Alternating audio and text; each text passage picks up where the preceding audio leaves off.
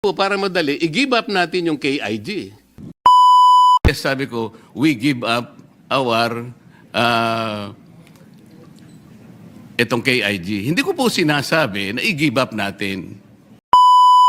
Ano po ang aking gustong palabasin dito, Mr. President? Hindi po natin pwedeng saklawin yung KIG. Pero liliwanagin ko po, yung KIG, atin po yun eh. Actors na nasa Bulacan lahat. Ni isa ho dito, wala akong kilala dito eh.